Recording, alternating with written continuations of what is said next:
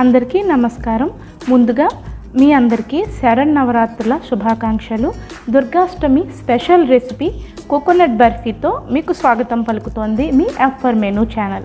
Coconut బర్ఫీని ఒక్కొక్కరు ఒక్కొక్క స్టైల్లో చేస్తూ ఉంటారు.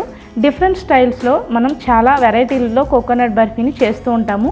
అయితే ఎంతో సాఫ్ట్గా ఉండే కోకోనట్ బర్ఫీ ఎలా తయారు చేయాలో ఈ వీడియో ద్వారా చూసేద్దాం.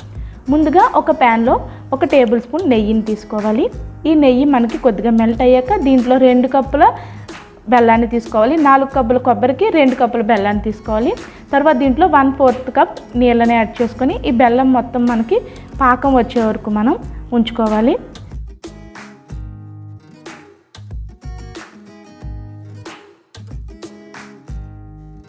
ఈ టైంలో మిక్సీ జార్లో ఒక 4 కప్పుల కొబ్బరి తురుమును తీసుకొని నీళ్లు యాడ్ చేయకుండా మనం దీన్ని పౌడర్ కింద చేసుకోవాలి. చూసారు కదా, ఈ విధంగా ఫైన్ పౌడర్ కింద చేసుకోవాలి.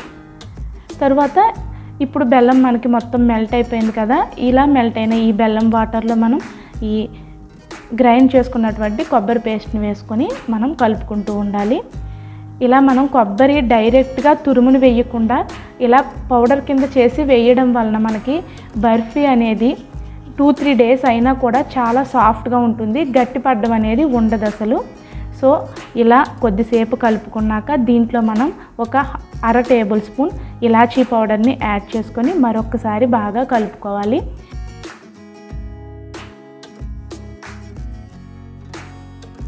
తర్వాత దీంట్లో 1/2 కప్ పాల పొడిని యాడ్ చేసుకోవాలి.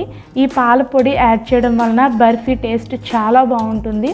ఈ విధంగా మనకి కొబ్బరి అంతా దగ్గర పడే వరకు కలుపుతూ ఉండాలి.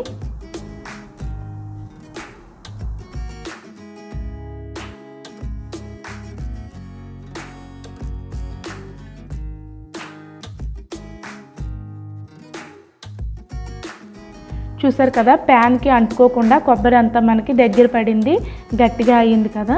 సో మనం ఇలా చెక్ చేసుకున్నట్టయితే కనుక ఉండ కింద ఫామ్ అవుతుంది అంటే కనుక అయిపోయినట్టే.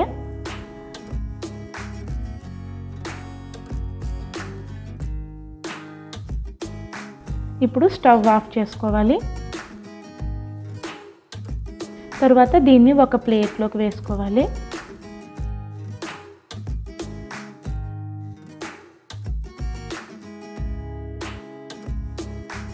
ఈ విధంగా మనం దీన్ని స్ప్రెడ్ చేసుకోవాలి.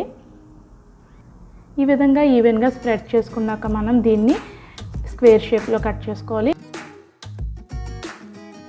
చల్లారాక మనం తీసుకున్నట్టయితే కనుక సాఫ్ట్గా ఉండే కోకోనట్ బర్ఫీ రెడీ అయిపోయింది. ఈ దుర్గాష్టమికి ఈ రెసిపీని ఒకసారి మీరు కూడా ట్రై చేయండి.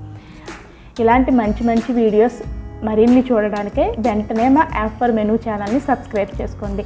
మా ఛానల్ నుంచి అన్ని నోటిఫికేషన్స్ మీరు వెంటనే పొందడానికే పక్కనే ఉన్న బెల్ బటన్ని ప్రెస్ చేసి ఆల్ ఆప్షన్ని సెలెక్ట్ చేసుకోవడం మర్చిపోకండి. మరొక మంచి రెసిపీతో మళ్ళీ మీ ముందుకు వస్తుంది మీ ఎఫర్ మెనూ ఛానల్. Thank you.